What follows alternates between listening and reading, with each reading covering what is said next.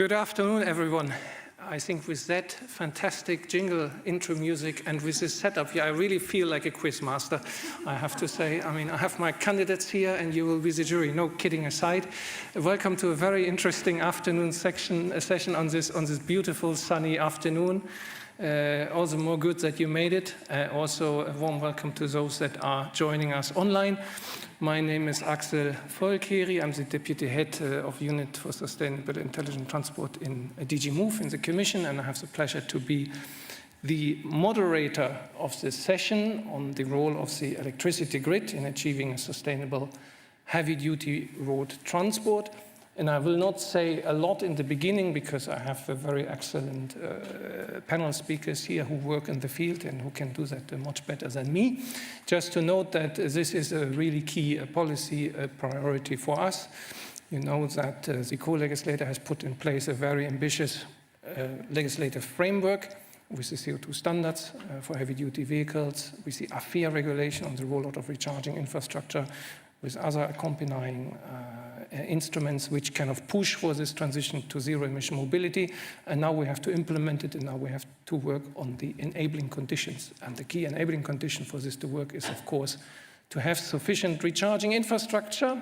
And for that, we also need to have sufficient grid connection and grid capacity. And I think that's a bit the overall context, and I think I will not steal anyone's thunder by saying that we have been discussing in this city, we have been discussing virtually any other capital in the EU and all that are working on this about the same topics, that it is a very ambitious time frame, that it takes time. Everybody who works with infrastructure knows that infrastructure cycles have their own logic, their own timing. It takes time to plan, it takes time to permit, it takes time to build. And the key question we have to answer here today is how do we make it happen that we are able to meet what the co-legislator has put into place for 2030.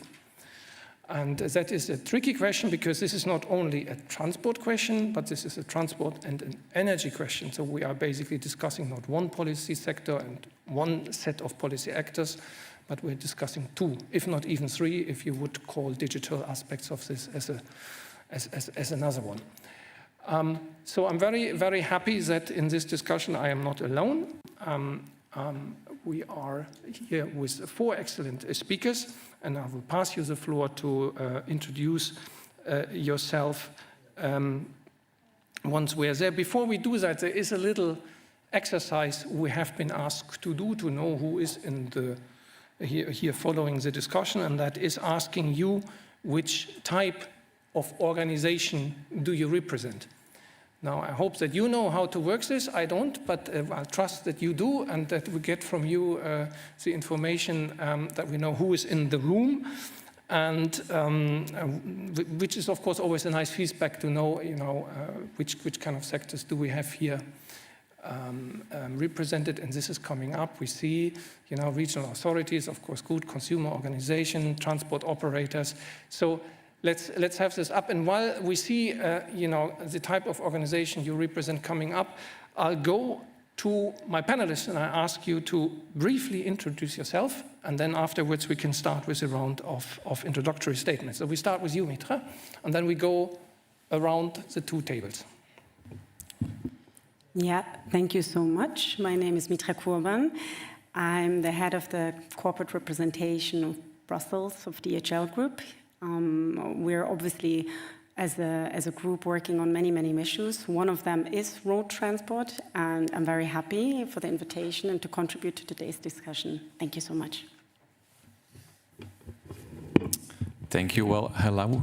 Hi, everyone. My name is Koen Oyens from Myland. I'm leading the public affairs work for the company.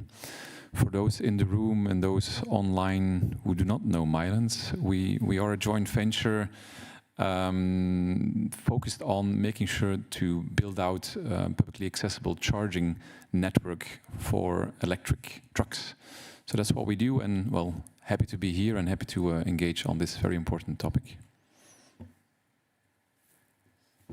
Yeah, thank you very much. My name is Stefan van Zijl. I'm representing the Dutch government, Ministry of Infrastructure and Environment. And I'm responsible for policies, EU policies, and the implementation of EU policies in the Netherlands concerning decarbonizing heavy-duty road transport. So everything related to CO2 standards, AFIR, and others. I'm looking forward to the discussion. Yes, hello, Martin Olin at Swed Energy. We're a Swedish industry organization representing the Swedish energy companies, and I work with our members in terms of grid operators and charging point operators, trying to get the right market conditions to ensure that the market actors can roll out charging infrastructure in a pace that meets the demands from the transport sector. We focus especially on the grid connections process. How can it become more efficient and better aligned with the needs of the electric vehicle charging, something that will be even more important when it comes to heavy-duty vehicle charging. So thank you very much. Thank you. So, I mean, today we're going to discuss really the state of play. Where are we? What are the challenges we face? Many of them well known. But while we do that, I would like to stress one common element which I would really like us to discuss, and that is what we need to do over the next years to get away from a member state by member state, regional by regional perspective towards a common European perspective. Because we have 9 key transport corridors in the EU, the 10T corridors. And for us, by 2030, these should be in a state that we can regard them as zero-emission freight corridors. Because that is the goal of AFIR, of our Alternative Fuels Infrastructure Regulation, that it is possible without a problem to take a zero-emission truck from the north to the south and from the east to the west, and in a way that it fits your business model.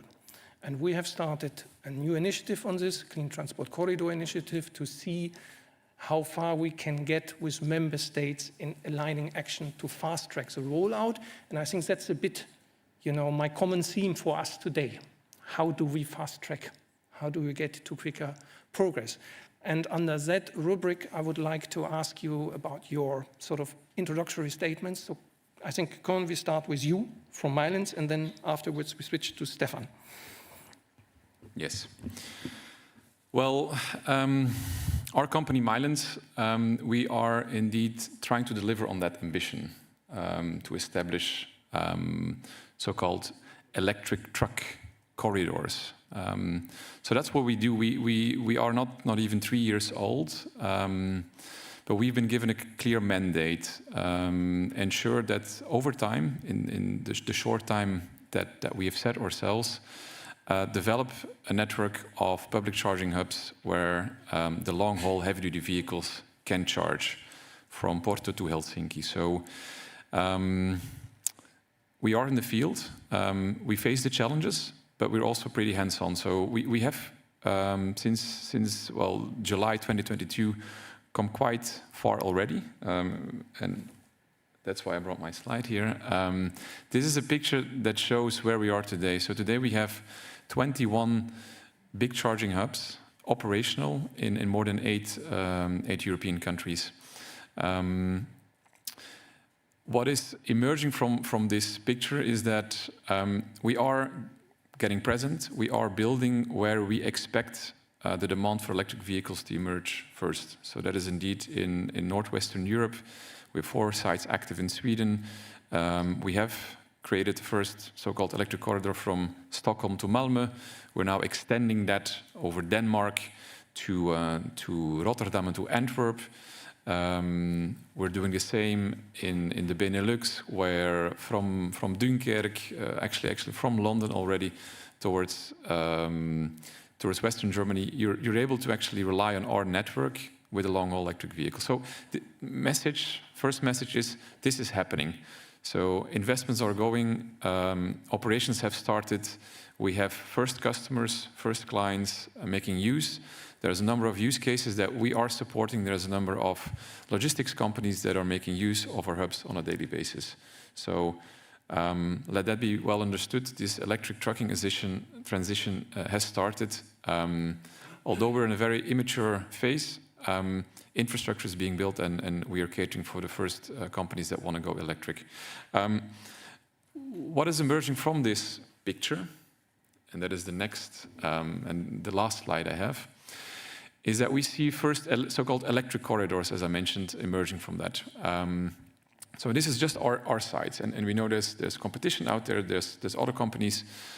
We've done the calculation recently, and according to our analysis, there's already more than 1,000 truck-specific, truck-dedicated connectors above 350 kilowatts out there that are capable of charging an electric truck for a fast charging stop that allow the truck to charge, and they do not need to have to decouple the tractor from the trailer. So our network indeed is showcasing a couple of corridors already, from Barcelona to Paris, from Antwerp to Stockholm, Paris to Berlin, and Brest to Stuttgart. So we are building these hubs. It's now unfortunate that in between you only see the existing sites. There's a few names in very light orange, I think, and this is due to the slide, the ones that we are building that are missing out here. But just to say that in a few months from now, these corridors will be established, and then actually electric trucks can drive. So this is happening. Has it gone according to the speed that we expect to be? No. We have faced the last 2.5 years, or well, when it comes to grids and connecting and integrating the electricity grid, are challenges. For certain countries, we are indeed dealing and wheeling with the congestion that is out there, and the fact that we are indeed in huge queues when it comes to getting not just the connection, but also getting access, visibility on a future-proof grid connection. Because one thing is, well, getting a connection. A second thing is having a piece of land, a plot that we lease or buy, but it is also suitable to develop infrastructure for 8, 12 charging bays that can be powered with electricity. And that's very often also a bottleneck. Not just getting a connection, but also actually getting an offer from the grid operator that says, well, in a reasonable amount of time, we will be able to connect you with 5, 10, 50 megawatts. Finding the plots of land that actually sit on the nexus of being commercially interesting and having a future-proof grid connection, these are really the needles in a haystack that we need to look for, and that is requiring a lot of resources. So that is one. Second, indeed, is that that brings me to the point that I think is very relevant for this forum. It is about, and it's good that we are having a session on electric heavy-duty vehicles here in the European Sustainable Energy Week. This is about also acknowledging what is coming in terms of energy, electricity demand from electric trucks going forward. The conversation that we have with a number of network operators, the big and small DSOs, is that not at all occasions this is well understood and well grasped. This is very often a discussion about, is this a technology that is mature already? Because, well, within the small, I would say the small EHTV community in which we operate, very often what we believe is going to happen is not well understood and not well picked up. So planning and investments catering for the expected demand, integrating the needed capacities into TSO and DSO network planning will be crucial. And I think there we need to find the dialogue and make sure that the messages that we have get across towards the electricity community. I leave it here for the first remarks, and well, happy to pass on. Thank you, and I'll just take one key word, because that will be important for you, because you basically say, we do what we can and we would do more if we could do more, and one thing that we need to have is better transparency, so that people understand what we need. And let's recall that recharging pools for trucks are big monster things. Let's put it like that. They demand a lot of electricity supply, and this is not like, you know, a simple thing to do. So, Stefan, from the Netherlands perspective, and you're very much advanced in this, and voila, we give an extra brownie point for that. Thank you, Koen. Well thrown. Where are you in the Netherlands on these topics? You know, simplifying the life of the likes of Koen, giving them greater transparency, understanding what they need, and reacting to that. Yes, let me try and answer that. Let's just see whether this is working. This is backwards. Hold on a sec. Okay, if I want to move forwards, it's only the laser pointer. Yeah, this one. Oh, this one.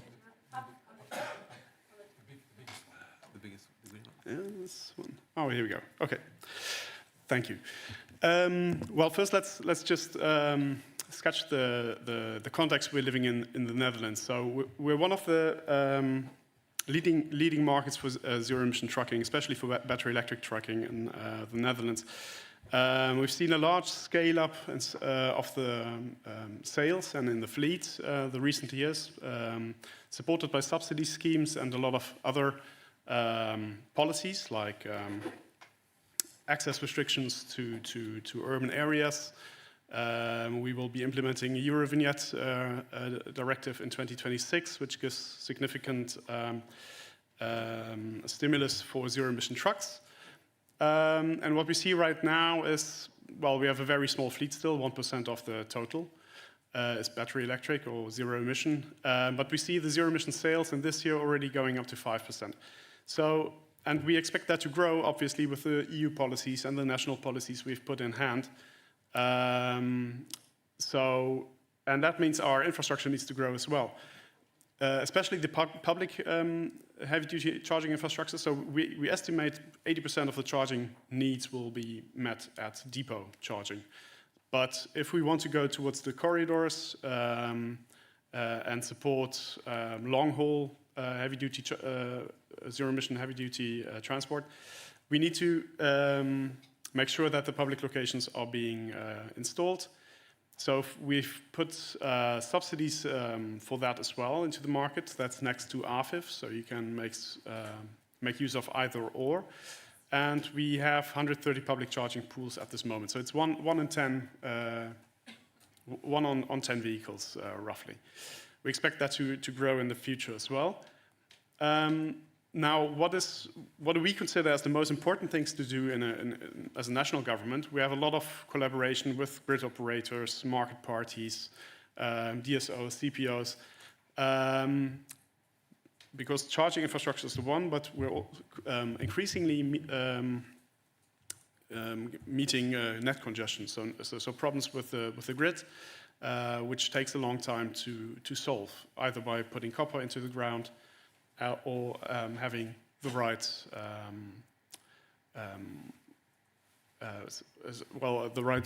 permissions to do so. But next to copper in the ground, there's other solutions like smart charging, which can help on a short term, so mitigation measures. The problem is right now that private parties, they are not always in the position where they can make use of these mitigation measures. So we will face some kind of decrease in zero-emission ingrowth due to grid connections and grid congestion problems in the future. That being said, we still have ambitious targets, and our National Plan Bureau estimate that we can meet those targets.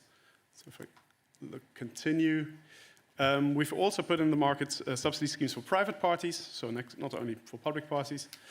And those are being, they're welcomed by the market, so there's strong demand for both. Let's see, what else have I got? That's the public charging subsidy scheme. Eventually, we will have to go towards 300 service stations which need to be transformed in some kind of way. In 2025, 2050, we will be from a fossil-minded economy to a largely battery electric or zero-emission fleet. So that means all those serving stations, they will have to be transformed in some time. The first contractors will start in 2028, so concessions for the deployment will be starting again. If I look into the corridors for here to, for example, we have discussions with the Commission on the North Sea Baltic corridor. We obviously face Europe of different speeds. So the Netherlands is decarbonizing faster on the fleet than, for example, Eastern countries. So that obviously means there's also a difference in speed. So I hope that towards the future and towards 2030 in deploying the AFIR targets, this will be more harmonized in a European session. Maybe to stop at this moment, maybe leave the rest for discussion afterwards. Here we have also nice charging station, greenfield projects, and the rest is for later. Thank you, Stefan. And you, of course, are thankful because you alluded one point which I should have alluded my own introduction, but I didn't. So it's good that you brought it, and that is that we are, of course, speaking about the entire recharging ecosystem, not only publicly accessible recharging, because the majority, as for light-duty vehicles, will be when they are parked in the depot or at the destination. And that, of course, makes a link to Mitra and DHL as a key operator, and where you are in terms of the uptake of electric trucks in logistics delivered by DHL and your related experiences and challenges. Yeah, thank you so much. Again, very happy to be here. Let me start right away because I have a few more slides. So yeah, this is working. I know it's a little bit small for some of you to see, but there you have a bigger screen, and here as well. So I don't want to go through all the slides. I mean, you know DHL, we're the biggest logistics service provider. We already set ourselves in 2017 a net zero target by 2050, and then in 2021 we came out with our 2030 targets. They are verified by the Science Based Target Initiative. You see on the right-hand side, you see our 2030 targets. So we are committed of 30% share of sustainable fuels across all transport modes, 66% electrification of our last and first mile delivery vehicle fleet. And then on the left-hand side, very importantly, when we talk about road, is the number of vehicles that we have at global scale, and that is more than 120,000 vehicles, of which we have 40,000 electric vehicles for the first and last mile delivery. So this is the biggest share. And now comes a bit more disappointing number when we talk about electric trucks, because we only have 200 and only 50 in Europe. So that already, in terms of numbers, shows you how difficult it is actually to implement those bigger trucks in our networks. And also a very important figure that you shouldn't underestimate, that approximately 80% of our road-based emissions are Scope 3 emissions, meaning they're coming from our partners and subcontractors. Okay, only 20% is ours. Okay. To our electrification approach. I mean, we are fully committed to electrification. This is the future, let me say that, right from the beginning. We believe in that. We do our utmost for it, especially, of course, looking into the 2030 and 2050 targets. But at the same time, we're also looking into what are the hurdles at the moment. And whilst all charging solutions will play a crucial role in our decarbonization, depot charging will remain for us a focus. And this is exactly what Axel just mentioned. This is due to a number of reasons, whether it is like cost of electricity, operational planning, or guarantees of charging. Currently, our approach to electrification of trucks is limited to scenarios where we, first of all, have the necessary grid capacity. I think that everyone understands, but as well on routes which are easiest to electrify.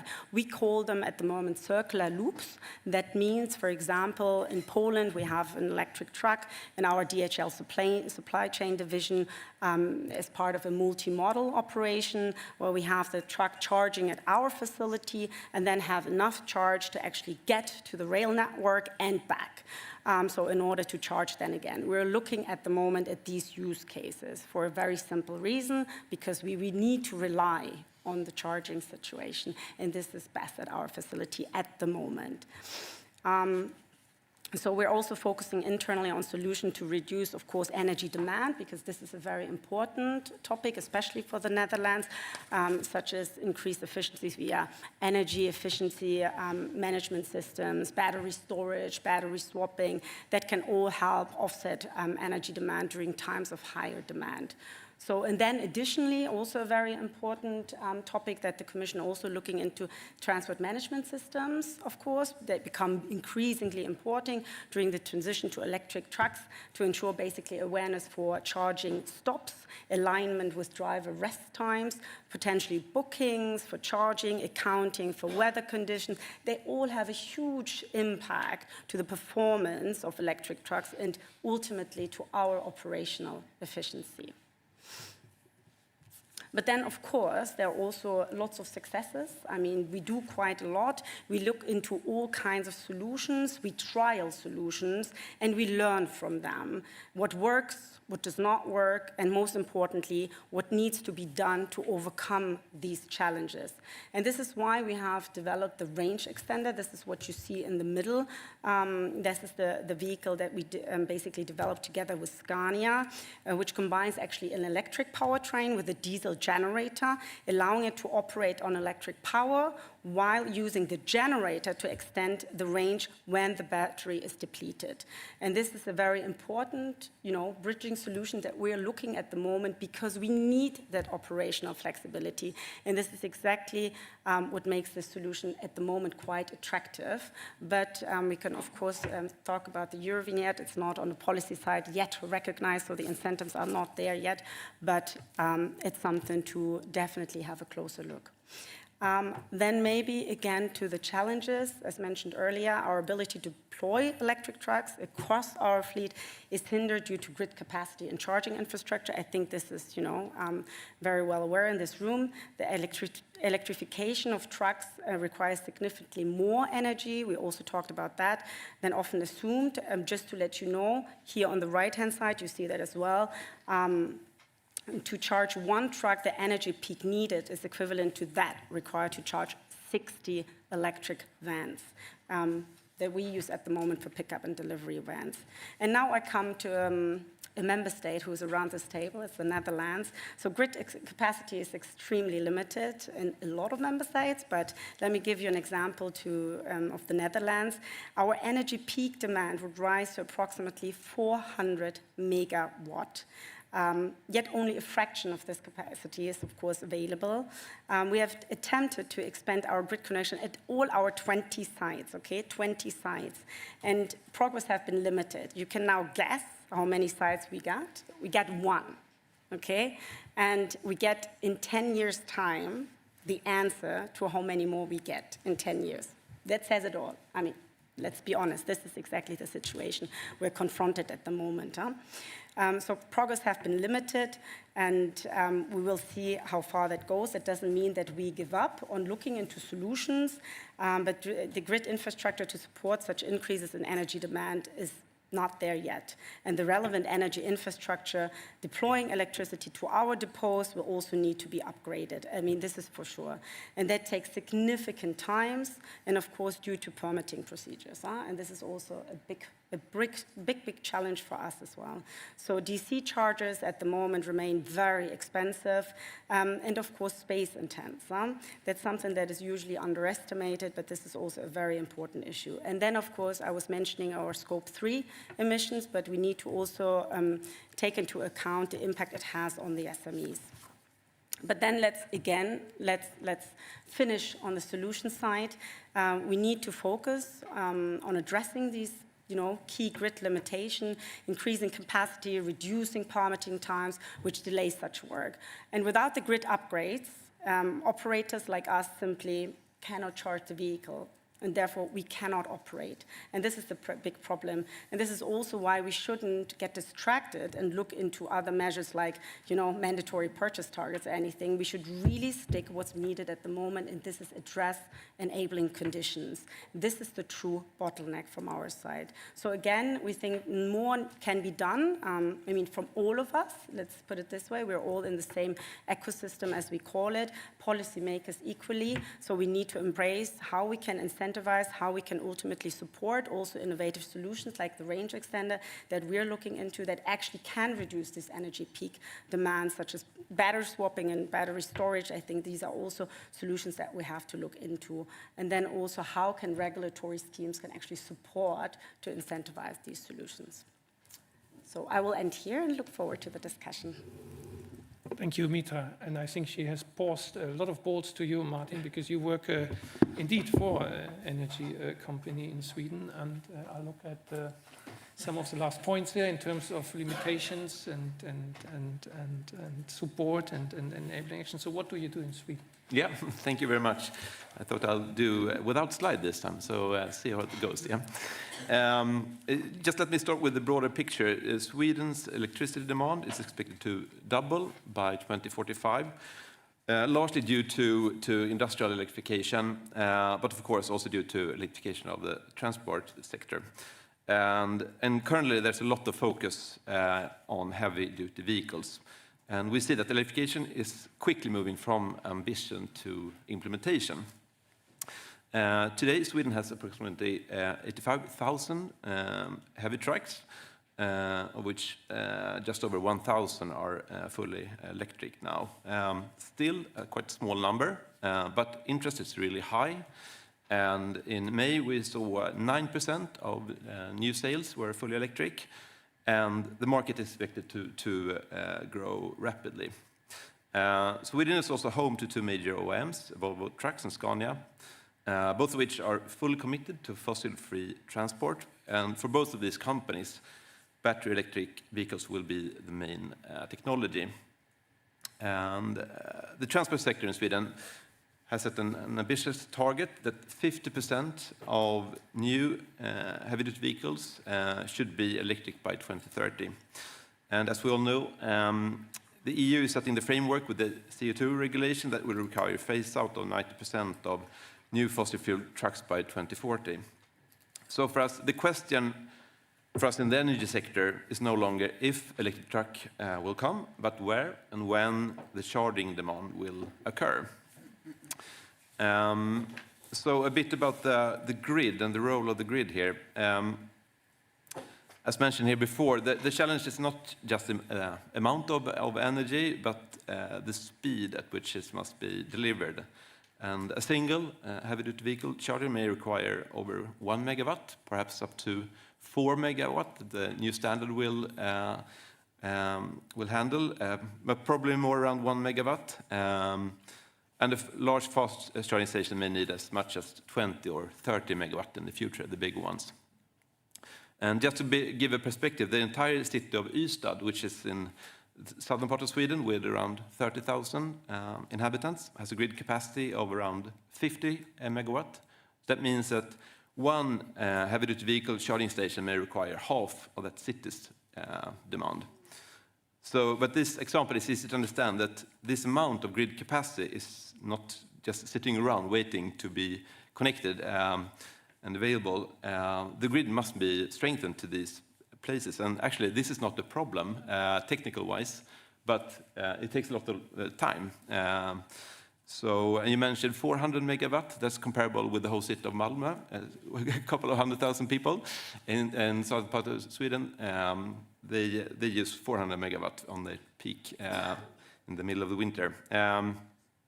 So it's obvious that the grid operators, the DSOs, they play a crucial role to enable this transition. And I think it's important to look at this in the short-term and the long-term perspective.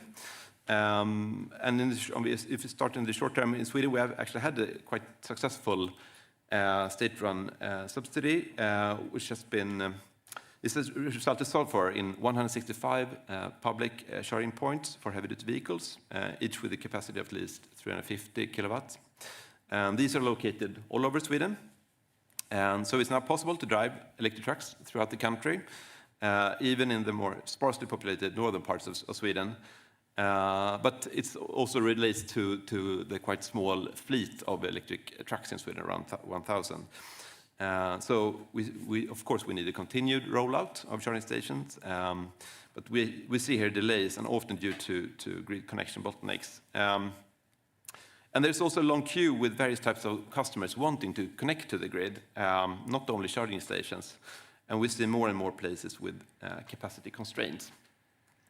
So in the short term, we must make smarter use of the existing grid. For example, we can offer conditional grid agreements so that operations of a charging station can start while reinforcements are underway on the grid perspective. and also use stationary battery storage connected to the charging station to reduce peak demand and lower required grid capacity. But really important also is transparency and better dialogue also in the earlier stage. And the DSOs must be more transparent about both the current grid capacity, but also the future grid capacity. And also strive to improve the connection process so that customers have a better visibility and understanding of the status throughout the process. So that's what we need to focus on when it comes to the short-term perspective, but in the long term, we don't want to end up in a constant catch-up mode where the grid is always 1 or 2 steps behind. We know that a number of electric trucks will continue to grow, and to be able to charge larger and larger fleets of heavy vehicles in 2035, 2040, 2045 and onwards, we need major reinforcements of the grid. And to enable this, I think we need to have more joint planning and collaboration. No single actor can do this alone, so we must try to do it together, and we must try to identify and specify where and when high power charging needs will emerge. Then I'm talking about big fast charging stations and large depots. OEMs, haulage companies, fleet operators, DHL and others, CPOs, must communicate charging needs early. And municipalities and authorities need to obtain this information and clarify the total charging need. So we're not just looking at the single actor's perspective, that we need to have the total perspective when we're talking to the DSOs. This should be presented, preferably in a map. It's kind of an easy way to do it, both in a regional and a national level. And this information should be presented to the DSO in a clear and structured way, so it can be integrated into the DSO's grid development plans. And in the best of worlds, this could enable proactive grid investments so that the grid projects actually starts before the charging need occurs. And even before a real customer is in place. So the grid must start way earlier. So my conclusion here is that the electric truck transition is well underway, and grid operators are ready to support it. But joint planning is necessary today for us to succeed in the longer term. Thank you. Thank you, Martin. I think you also brought up a point which we can discuss in a few seconds in greater detail. That is this aspect of transparency and knowing what comes by when. So I think a lot of challenges were raised here, but I would like to basically wrap them into 4 packages with 4 keywords. And then I would like us to discuss them a little bit deeper, because you were all terribly nice and nobody of you said what we should do, like Commission, like Council, like Parliament, what is this thing? And that's good, because then we can discuss what we have to do now. But the 4 blocks I would see, and let's discuss them one by one. The first is transparency. If I look at Mylands, for example, which is a company you operate in a dozen or more member states, and we want this to be an internal market for recharging infrastructure, and not like, Sweden and Denmark and Germany, and every time you have to invent the wheel new and you try to find out who is in charge and what is the grid capacity, etc., like you were saying, grid capacity overview. We had this provision of having a sort of European grid capacity overview by middle of this year under the grid capacity action plan last year. So the question under transparency is, how transparent are we, and what can we do better to align sort of the rightful request from the DSO side to say we need to better understand what you want from us, compared to the rightful request we need to know better where we can roll out and where it is. So that's the first point. And I'm sure that I would also like to understand better where you see us in that discussion, having transparent information, grid capacity, etc., and what we could do more. Second point, second keyword, investment. Because one thing is to say, yes, we need to strengthen the grid. The other question is, we're in an open and dynamic sort of recharging market. How do we stimulate further the rollout of the recharging infrastructure? What kind of investment support is needed on the operator side, on the recharging side? what kind of sort of support is possible from the side of member states and other public budgets. Third one, priority. So if we all agree that it will take time to increase grid capacity in many places, and we have competing demands, then what you do in this situation, you have to apply a little bit of priority. And the question here is, how do you feel, where are we in this discussion? Again, internal market, that, you know, Mylands can go to the different member states and know, they understand I'm a priority, because otherwise a key important sector, which is the truck manufacturing sector, will not be able to meet 2030 climate targets, and Mitra and DAL and other forwarding companies cannot live up to their decarbonization challenges. And the fourth point, keyword, is relief. If we don't get to priority, what else can we do to relieve? And I think you mentioned a few words there, storage, transport managers, etc. But let's be, so what would you expect there? Also in terms of a coordinated EU-level response, in terms of storage, in terms of TEN-T, in terms of can we make anything happen to, because when we look into our Clean Transport Corridor initiative, and we look into the sites, and we look into the projects that plan to roll out, and for sure, we all hope that none of those will get delayed, but we might have issues with grid connection. Then I think we need to more strategically look into a more systematic approach to putting relief measures into the planning of our recharging pools. So I would just be interested to hear your views on that, where we are, what we need to do. So these 4 points. And we start with transparency, and we can do a quiz game, you know, who wants to start, and then maybe just kind of from one side to the other side and back. Can we start with you, because you operate in the member Exactly. states? We are in the field. So when it comes to the topic of transparency, I think there's two distinct matters there. One is indeed about providing transparency. I mean, I'm now depicting the ideal world here, where indeed EU policymakers, legislators can definitely help. It is about getting visibility from the outset on where is today available capacity. Today, that is a search that you need to go through. Well, to be honest, it depends on the country. It depends on the local grid operator.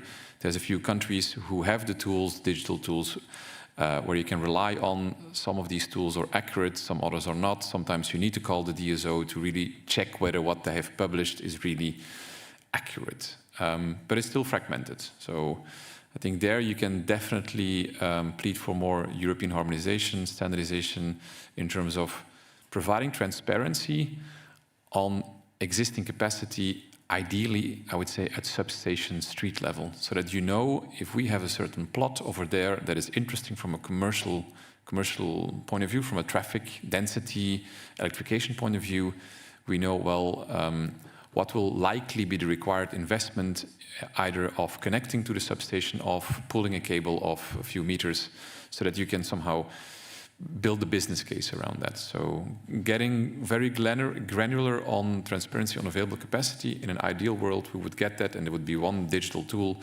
helping operators to get there. I think that is one aspect. The second aspect is that, well, even if you get that map right, it doesn't say anything about the future. So even if you know where the green, orange, red zones are today, it doesn't say how fast the grid operator will be upgrading, building out the network going forward. So I think that is more complex, but also there I think we should do more visibility about where expansion will happen first. And here, well, I don't want to touch upon the other topics, priorities and so on, but there is a link with priorities. There you could look into, well, if we have the investment plans, how do we make sure that the topic of HDV infrastructure gets also on the priority list of TSOs and DSOs? How can we make sure, well, we are not active today on to make it very exemplary, at highways, but today if you go to any highway, there is an issue in terms of space and in terms of grid connection across Europe, because the highway parkings were not built to cater for, well, high capacity charging hubs. So the question is then, if you look at the second map, future future outlook investments, how do you make sure that also the investments will then be coupled to the needs of the HV infrastructure side? So transparency on existing capacity, transparency on future-proof capacity, where investments are happening or will happen and should happen according to the needs. And I think that is a second angle here to integrate into this future-proof mapping of grid capacity. That would be the first ideas on that particular topic from my side, where the EU could help in, well, mandating, harmonizing, standardizing that, providing visibility to operators. I would say beyond the transport sector even, but making also granular for transport operators eventually. Thank you. You want to? Yeah, I want to add to that. I think I want to highlight what you're saying. And speaking for the Netherlands, what we have is we have insight into demand and supply of electricity and connections in the Netherlands. But the future map is missing, and that means indeed that we need to look into beyond what is needed for transport. So obviously the transport needs for the future we can also calculate, but because we're not on the transport sector is not it's not the priority on the connection list. So we have the Authority for Consumer Markets has set up like a priority list, and obviously schools, hospitals, etc. They have a priority. So those 2 points, transparency and priority, they're kind of linked to each other the way I see it. And what's really needed is like this gap analysis of what will be available in 2030 and beyond to make that happen. Purely in the Netherlands, we will need something like 200 billion the next years up to 2024 to invest into the grid. That's about 20% of our current GDP. So it's a significant amount. Obviously, if you spread it out over 20, 50 years, it's like 1%. But to have that overview is really required. So I totally agree on that. And it's more than that, just the mobility sector. So it's industry, heat pumps, etc. I would feel tempted to ask, because you said further harmonization. I mean, it's easy said, but I mean, what it would entail, looking here also at Martin, I mean, maybe you get gray hair over that, I don't know, because you need to do it for all sectors. But how can we improve this kind of forecasting capability? Yeah, it's a really important task for us to take on. And when it comes to the capacity maps, is it even if it's the current situation or is the future situation, is everyone wants a clear answer. The problem perhaps is that it's not always a clear answer. It's a really complicated situation if you look at from a DSO perspective, where we have capacity constraints in many areas, and we also have a lot of new connections coming to the grid and standing actually in queue, in line for connecting to the grid. And we have new production sites, so solar and wind, we have battery storage, and we have consumption, big factories and charging station and other. And all these actually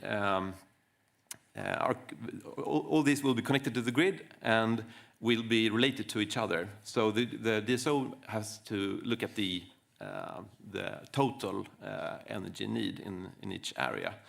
So this means that they must do some kind of deep dive into look in specific place where Marlins, for example, wants to connect a charging station and see, okay, in this spot, how will this charging station actually how will this work in this place related to all the other customers in this area? So the risk if we wanted to put this into a map, would it be a green or yellow or red light? It depends on probably more on the red side because there's a lot of uncertainty, and the DSO perhaps don't want to trick the customer and saying, okay, you can connect, and then in the real world it's not working. So I think it's a tricky one to have this easy to understand and use map. But that said, I think there is still a need for this kind of transparency, but we need to, both parties must understand, okay, what type of data is in the map and how can we use it. But there are new legislations coming from the electricity regulation coming to hitting all the DSOs now, and there are some harmonization work being proceeded right now within the EU DSO entity and SWEA. So there will be a standardized, harmonized framework for capacity maps in the near future, but I don't think we should say that this will be the full solution going forward. We still need to have this dialogue with the local DSO if we can connect or not. I mean, two follow-up questions, maybe looking also at you, Mitra. So first of all, of course, you say there will be a harmonized framework, but the question is, what does that mean in terms of delivering the results and looking at a global company that is looking maybe at Europe or at least the markets in Europe? How confident are you that you get the sort of information that you will need to make big decisions and not like case by case and eventually? So other way around, you know, like was saying, what kind of information would you feel confident that now, yes, in the north of Europe, things are moving into the right direction because I know it is coming in 5 to 10 years' time? Hypothetically, not saying that it will. Look, maybe again, coming from a company's perspective and giving you a company's perspective. I mean, obviously, we have a huge global footprint, a huge European footprint. On the one hand side, we are on a local level in every member state, obviously, but our trade lanes, they go cross-border. So when we look at like, truck charging parks, our depots, we look at it really from use case to use case. That's why I was referring to the circular loop use case, you know, because this is a use case which actually makes sense and where we can rely on the charging network at our facility.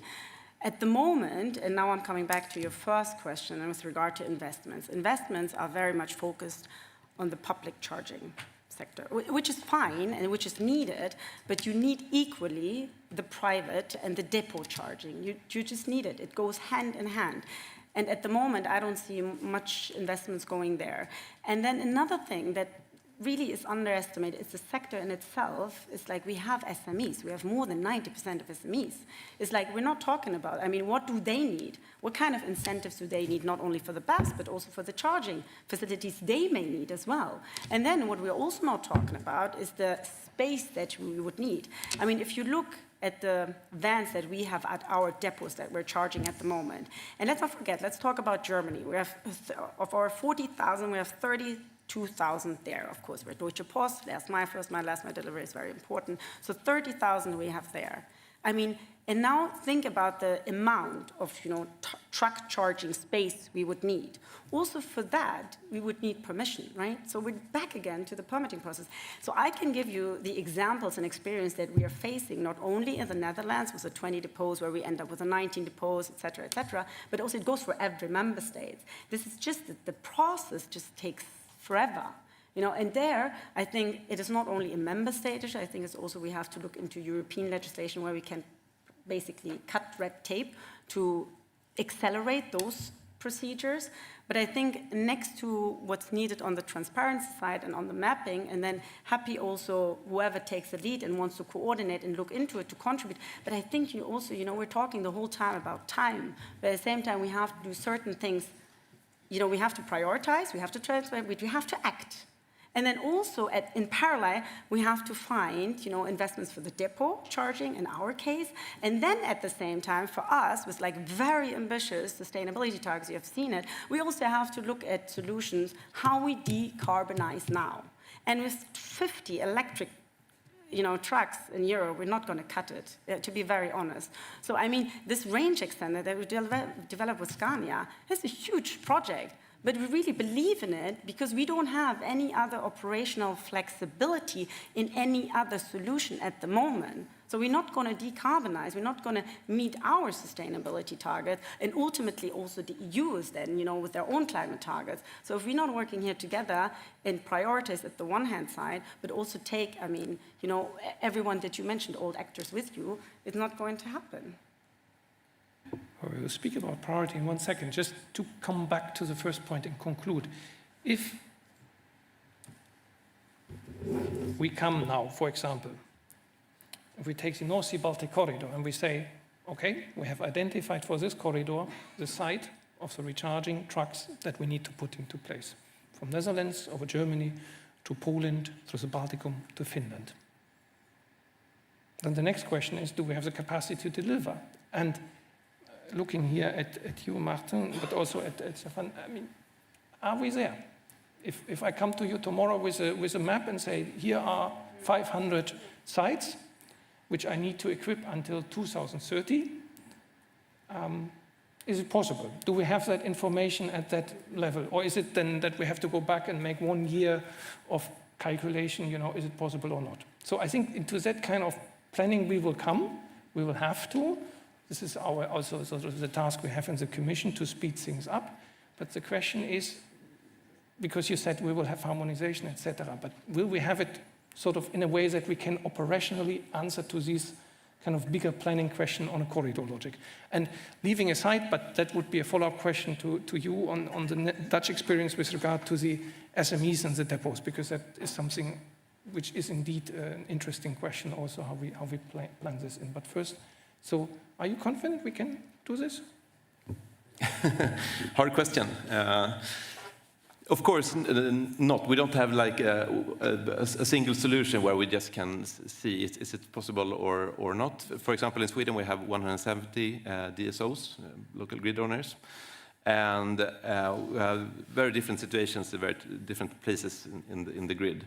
So of course we need to look at the specific locations. Where are these stations being developed or wanted to be developed and deployed, and how is the situation in the grid at that in these areas?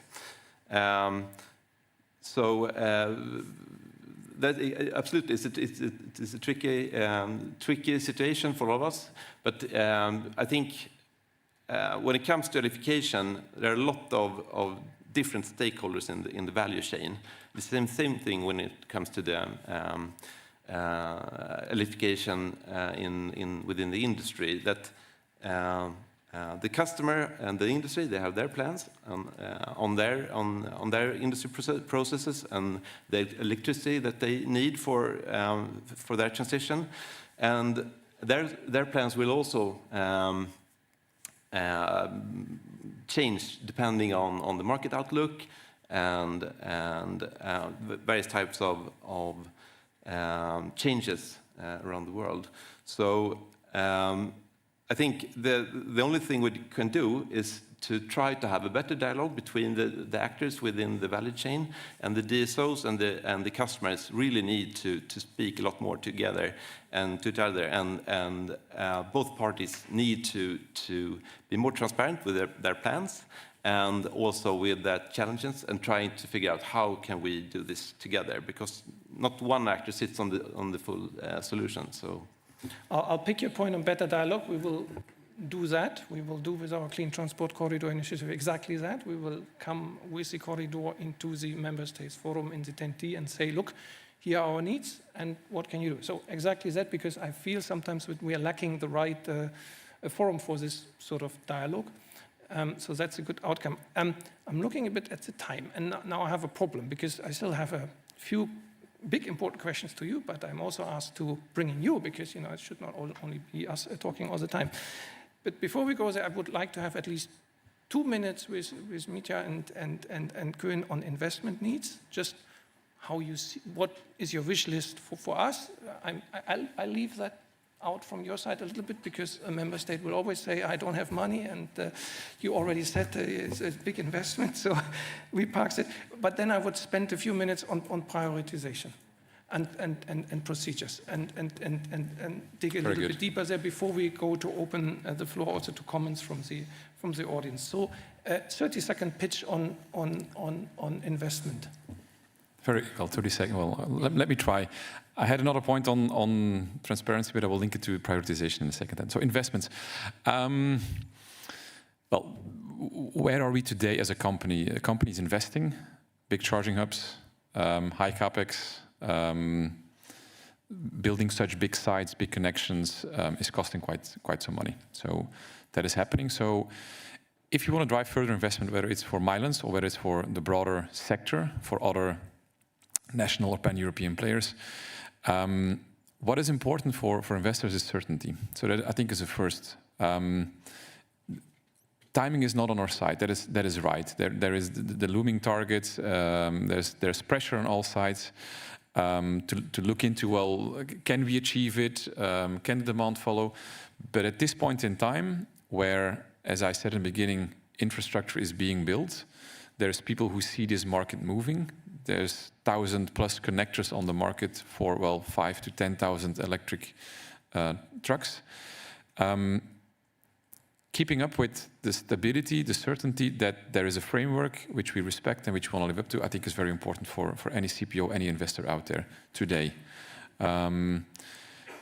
Starting to, well, introducing flexibilities, reviews and so on, I think this is a discussion that we'll need to have, but not today. I think that is a first one. Second then is, well, we are in an immature phase. We as a company would love to see, well, committed volumes, committed companies like DHL saying, well, hey, Mylands, we're going to use your network. We're going to pass by every single day. We're going to take off so many gigawatt hours of volumes. We're starting to see that, but we're not there yet. So I think that is something we need to overcome. We need to improve and push on improving the TCO. So the business case for fleet operators is everything. So we need to keep on making it attractive as possible. And this is indeed about Eurovignette. This is about road tolling exemptions. This is about, well, the ETS, making sure that we implement the ETS. And I know that there's political discussion starting about, well, what should we do? Should we keep it? Should we put in caps? And again, a framework is there. Let's keep that framework because this, in our belief, can drive the TCO in a positive way, which is important for us and which gives us certainty today that eventually truck companies, fleet operators who are about to make investments, they do look 7, 8, 9 years ahead. Because there's a risk of investing today in a diesel truck, knowing that there's an ETS, knowing that there's a road exemption, knowing that, well, further policy instruments will drive up the cost of running a diesel. So we have clients who indeed said, well, today actually it's perhaps more expensive to buy an electric truck from a pure purchase and a TCO perspective today, but the TCO over 7, 8, 9 years makes it actually already attractive for certain use cases. So stability, making the TCO more attractive, and eventually, last point perhaps is about, well, keep on supporting in this very immature market, investors, operator with public support. And there's two angles here. One is indeed the AFIR has been a great instrument. Ideally, we can continue that great instrument. We find new money in the EU budget somewhere to keep on, supporting companies. We see that happening. There's a lot of appetite. I mean, the results from the last call have shown that as well.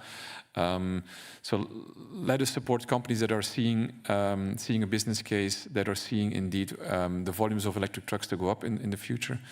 So that is very important. A last point we'd like to add is indeed that at the same time, if there would be no further, let's say, subsidies, we see that if there would be any risk of changing and introducing uncertainty, that is something we avoid, and we have a few ideas with regards to additional other financing mechanisms like guarantees for a high-risk segment like HDF infrastructure that we would love to see being introduced. These are instruments that are already there today, being provided by the EIB, the European Investment Bank, towards other industries. This is something that would also help companies in this space in order to attract commercial money, which today unfortunately not available at the scale that this industry actually, or this segment actually needs. So leave it there. Certainty, TCO parity improvements and further financial public support for infrastructure operators.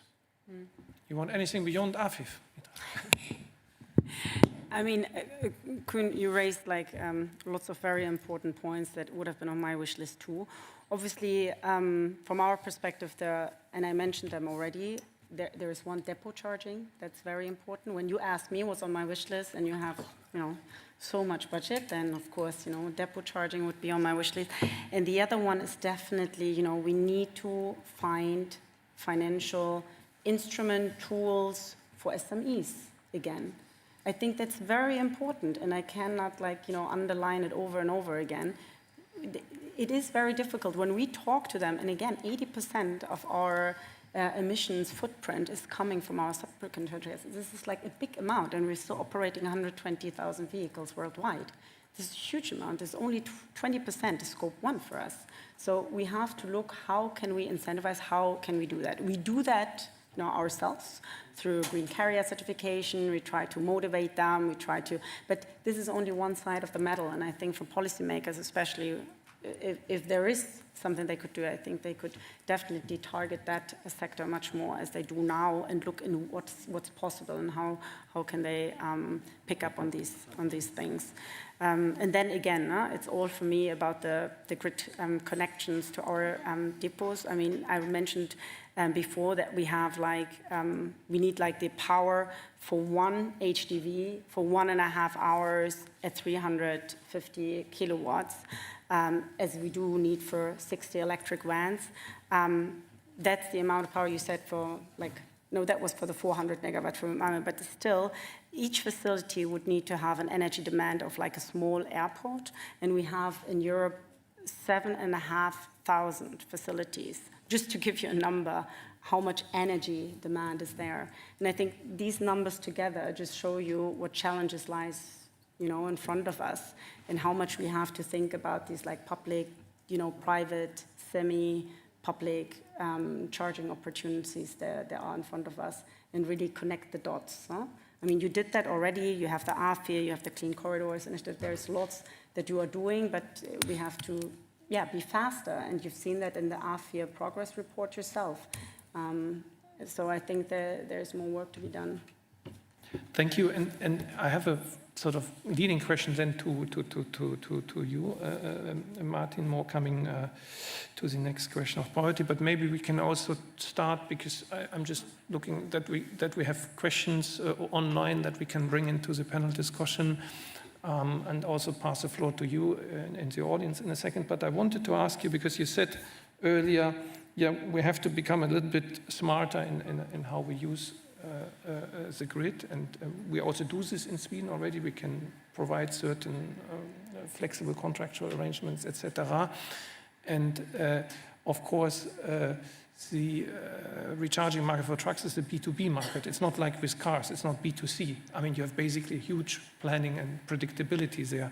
So in your experience in Sweden, and then maybe also looking at the Netherlands, how does it help with getting a little bit around this always magical numbers? We need to have that much of grid capacity, if we can use more smart and flexible contractual arrangements here with a planned demand. And I invite you to look into the slides that we have up here, because some of them are already addressed to some of the panels, and we'll come back to them after your two interventions, and then I will also pass the floor, if someone wants, to the colleagues here in the room. Yeah, thank you. Yes, a lot of discussion about conditional grid agreements, I think in Sweden and elsewhere in Europe. And of course, there's a risk for the customer, because a conditional grid agreement is not a full grid agreement where you can rely on that you have your power at all times. There is a risk that you will not have the power at certain occasions. But that depends on how the agreement is stipulated. And what we hear from our members, the DSOs, who are talking a lot about this and wanting to introduce it towards their customer, is that the risk of actually being that the customer will not have the full capacity is really low, because they want to if you say we have an area of the grid and you have capacity constraints, what does it mean? It doesn't mean that there's no capacity left at all. Most of the time, there is still capacity free in the grid because other customers are not using their full capacity. So what the grid owner must look at is, okay, the worst case scenario. If all customers use their full capacity, if it's the coldest day in the winter, then we must secure that we can deliver electricity to all our customers. If that's not the case, then they say, no, sorry, we have a capacity constraint. But in reality, that's perhaps 1 hour each year or something. So that what the grid owner actually do is that they allows the customers to connect to the grid with a conditional grid agreement. And then if there is a major outage or something in the grid, the grid grid operator can tell this customer, now you must reduce your power uptake. But how many hours per year, it should be stipulated in the agreement, and then there's a risk analysis by the customer. For example, Mylands, do we see that this is possible for us or not? And if it's not, then there's probably no way to connect that customer to the grid, and we have to wait until the grid is strengthened. But if the customer can live with that risk, and you can have an agreement, then the charging station can be connected at an early stage. So that's the idea with the conditional grid agreement.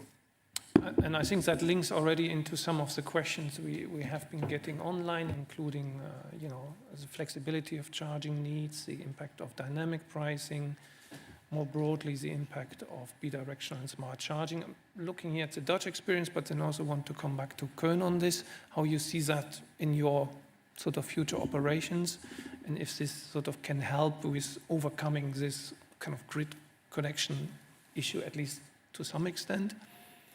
And while I'll pass you the floor, I'll invite you to rethink, and afterwards I'll pass the floor to you if you have questions that you would like to address to the panelists. But first, Stefan and Koen. Yeah, I think I'll be relatively short on this. Well, a couple of things I've heard before. So obviously there needs to be special attention for SMEs. So when we look into, we also give private parties subsidies for charging infrastructure, and SMEs can make use of much higher subsidies than large parties. I think that's very important. And we can also, not only for charging infrastructure, but also for battery storage. And they're both being, there's high demand for that. Next to that, if we look into the corridors, I mean, obviously in the Netherlands, we can plan on AFIR requirements, and we will meet them, and we will actually program above that. But we need to consider that there's different speeds in Europe, and that there's also the AFIR requirements, they're quite static. So obviously, if you have a higher, more transport volumes in certain corridors, you would need more charging infrastructure. I think more we need to look into more smart monitoring and research to evaluate whether we will have sufficient public charging in 2030 and beyond that. So obviously, because AFIR is only for 2030. Then lastly, I just wanted to say something on so SMEs. I totally agree on the existing policy framework. We shouldn't touch that too much. That gives investment security until 2030 and beyond that. So coming to ETS, to making things TCO positive, I think the Eurovignette directive is very important in that. We shouldn't mess with that too much. We should really focus on the boundary conditions and improving those. I think that was my main point.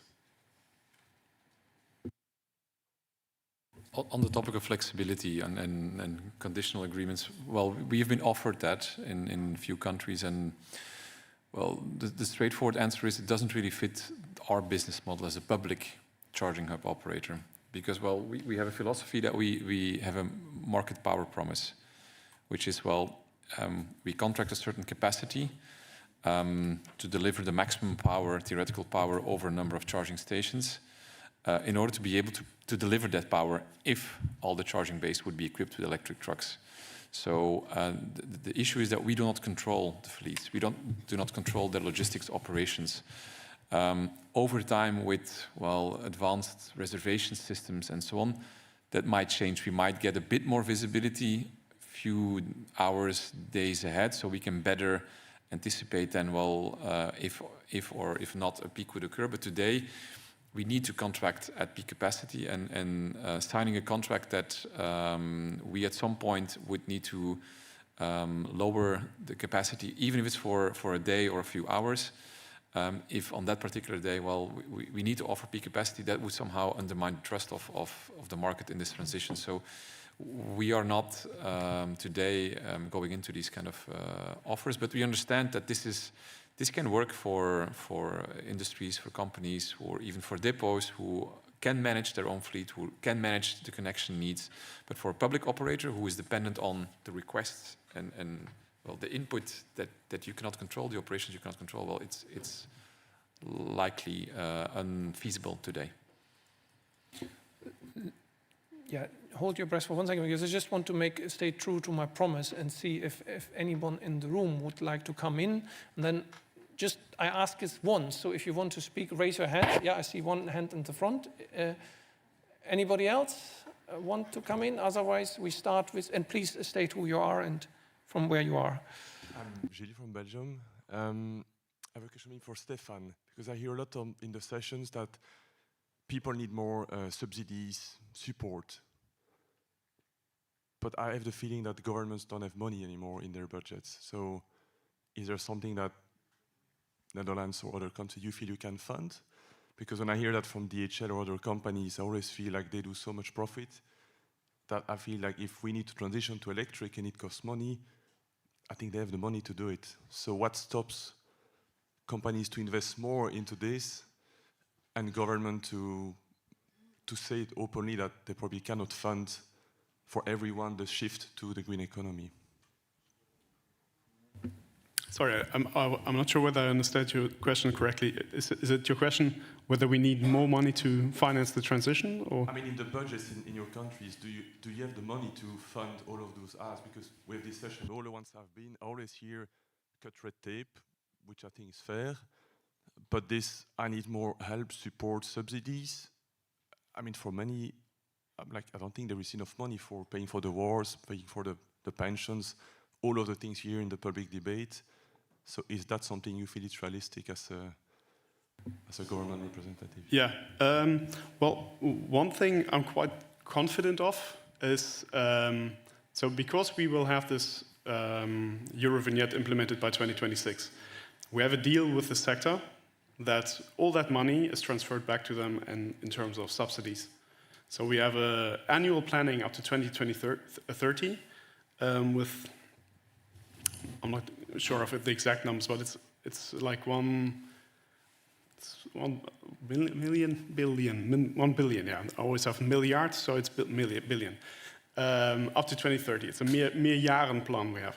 And most of that money will go to battery electric vehicles, subsidy schemes, purchase schemes, but also for infrastructure, and a lot of it going to depot charging. And I know Germany is actually planning to take this policy over, at least the new cabinet is, because it earmarks money that's been taken from the sector to spend it back. So it's called the terugslijst, we're giving the money back. But money will not solve everything, obviously. So the problems that Martin has mentioned, and all of you has mentioned on grid capacity, and it takes time. So installment, planning, deployment, it will take time. So I think the honest answer is we should acknowledge that it takes time. You won't be able to take everybody along in that transition, but there's no mandatory targets for shippers or carriers. So if we stick to making the boundary conditions accessible to everybody, giving extra benefits to SMEs, because I think that's a fair thing to do, that's our wiggle room at this moment. And maybe I'll pass the floor also to you, Mitra, because you had a few questions here from the room. on your flexibility of your charging needs and why you focus on hybrid range extenders in view of upcoming technologies. But maybe you also answered to the question we got from the floor. And of course, keep in mind that we have two different systems here. We have an energy system which is publicly owned and managed, and we have a recharging market and the transport market which is privately run. But of course, in the transportation market, we have a lot of SMEs who actually carry out the work for DHL. So that's, of course, to be seen. And then I would like to, Martin, to also maybe you come back to the question we got there, because it is an interesting one. Why is it actually mobility that should accept the flexibility? Don't you have other users that could do it? And we come back to this question, I say provocatively, okay, recharging infrastructure, zero-emission trucks, they deliver on numerous policy priorities. So decarbonization, economic security, diversification, that's quite good. So, I mean, maybe other users do not have all these priorities. I mean, maybe they have fun and leisure time, if you think of a casino. But I mean, then, so maybe indeed, where's the order and the flexibility? That would be a nice one to get from you. But first, Mitra. Yeah, happy to take a few questions that I saw here. So there was one, I think, on bidirectional and smart charging. And don't get me wrong, they definitely offer benefits. Huh? I mean, we're not against it. We just have to take into account, of course, when we talk about energy efficiency, that we also need to solve questions around like battery deterioration, insurance, and other financial instruments. So that's one thing. And then I saw also one question about the range extender. I mean, we don't ask for subsidies, to be very clear. We do not ask for subsidies.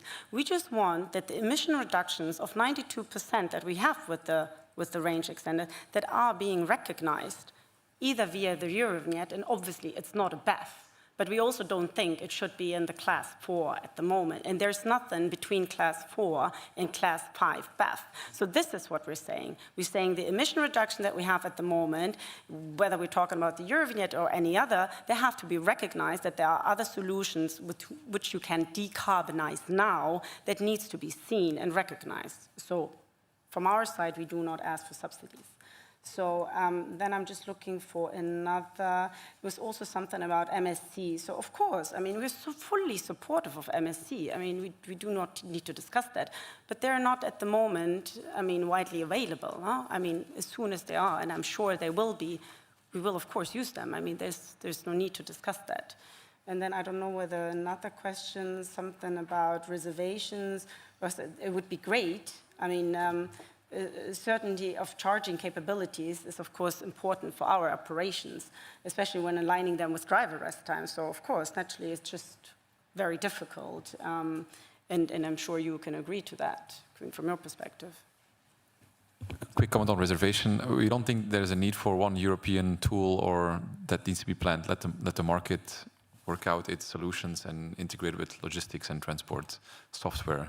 That will happen. We just introduced it last week, our own reservation tool, and I'm pretty sure others will also do that and align eventually with the rest of the industry.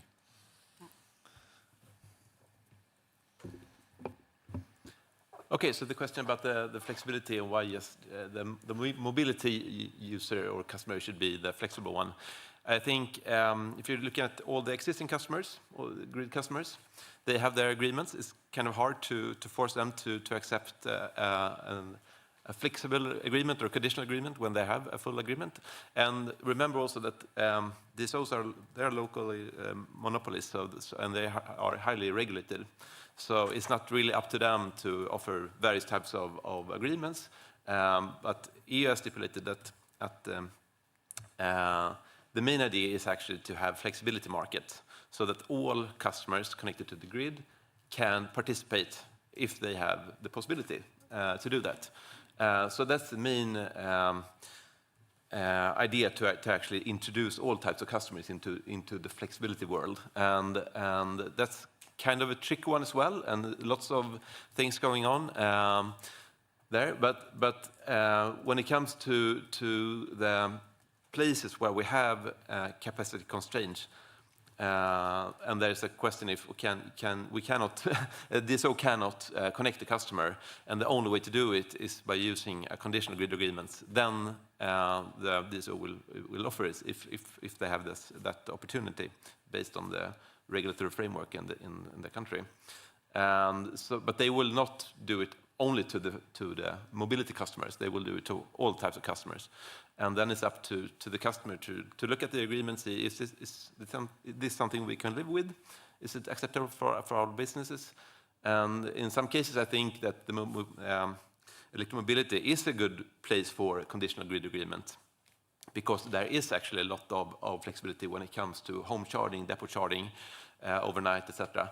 But the hard usage cases, as Collins mentioned here, with public heavy-duty vehicle fast charging, that's the more tricky one, and it's up to the customer to analyze if it's possible or not. But thinking other areas within the e-mobility sector, it's a quite good option, actually. Okay, we are coming a little bit closer to the end of this section, and I was just wondering if we have further questions online. Doesn't seem to be the case. I would try to make an intermediate conclusion, and then of course you will have still the possibility to raise a last point after mine. But I think so what we take is transparency is important. This is why we do the Clean Transport Corridor Initiative, in a way that we basically give this sector, give the logistic operators sort of not a one by one and regional by regional, but sort of a corridor perspective that by 2030 we understand what it takes to have at least the minimum infrastructure. We need to have seamless recharging infrastructure for trucks. From the transport side, that means that we have to understand where in the 10T corridors we have recharging site needs and their connection requests, which I think we will be able to do. Then we need to find a way to portray this with the energy sector in terms of the corresponding capacities. And I think that is a discussion which will keep us busy the next weeks and months, but I think we really have to make this at a higher level match. And so let's see what we will be able, and you will hear sort of from our side back after the summer break in September with the next sort of operational outcomes of this initiative. And that then, of course, ties into the second aspect, which is investment. And I think there is a positive narrative evolving, and not sort of, you know, I mean, sometimes in this discussion you hear there's nothing, we don't have enough infrastructure, etc., nothing is working. I think when you look into what we are financing, and we just yesterday concluded sort of the submission deadline for the second cutoff on the AFIR with 570 million, I can tell you that we received a lot of recharging trucks projects. And when we also see what member states are financing, when we look into our corridor discussions, what the Dutch are doing, what the Germans are doing, what the Polish are doing, is, you know, of course it is not enough, but given where we are, it is quite substantive. So we have to bring this together now, and we have, of course, to continue with regulatory certainty and with financial stability, which is why we hope that, of course, we hope that we can continue with the AFIF and at least coordinated investment supply. And fully agree, we have to look into this aspect of what we do with depot charging and SME fleet transition, where, by the way, the subsidy is not even maybe the most useful tool. Or if you say, okay, the best subsidy would probably be a tax exemption or a tax reduction. And I think that is something, you know, we're working on corporate fleet initiative, and this is a key sort of element in that context, that we use sort of all the tools we have to incentivize this transition to zero-emission mobility and hence demand for the recharging infrastructure. Priorities we discussed a bit.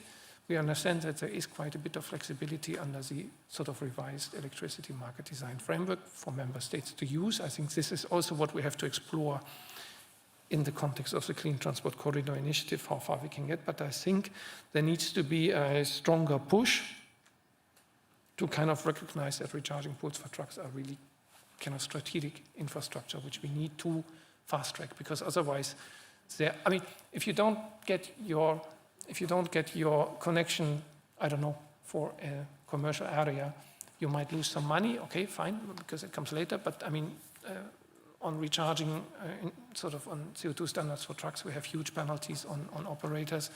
And so the system needs to work and the recharging infrastructure is a key enabler. It needs to be there.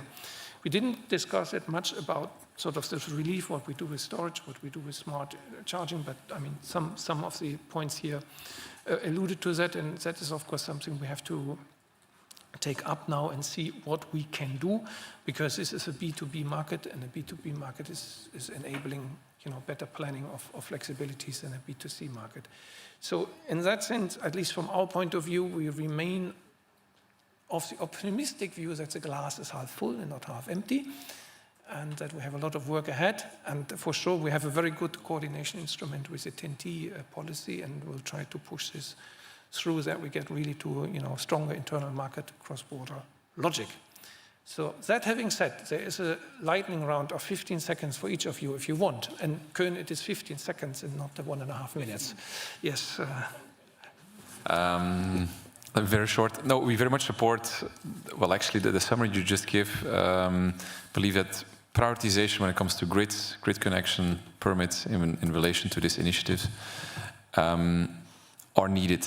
And why is that? Because I'm pretty confident that eventually we'll build out the grids for all sectors in society, but the timing on this one, we don't have on our side. So we need to prioritize, and that's where politics needs to come in.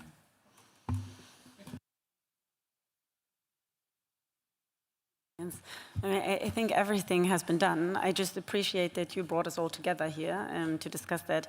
And I think we should do that more often on local, regional, but also at European side to really assess what's needed to be done now. Exactly. So that's all. Thanks.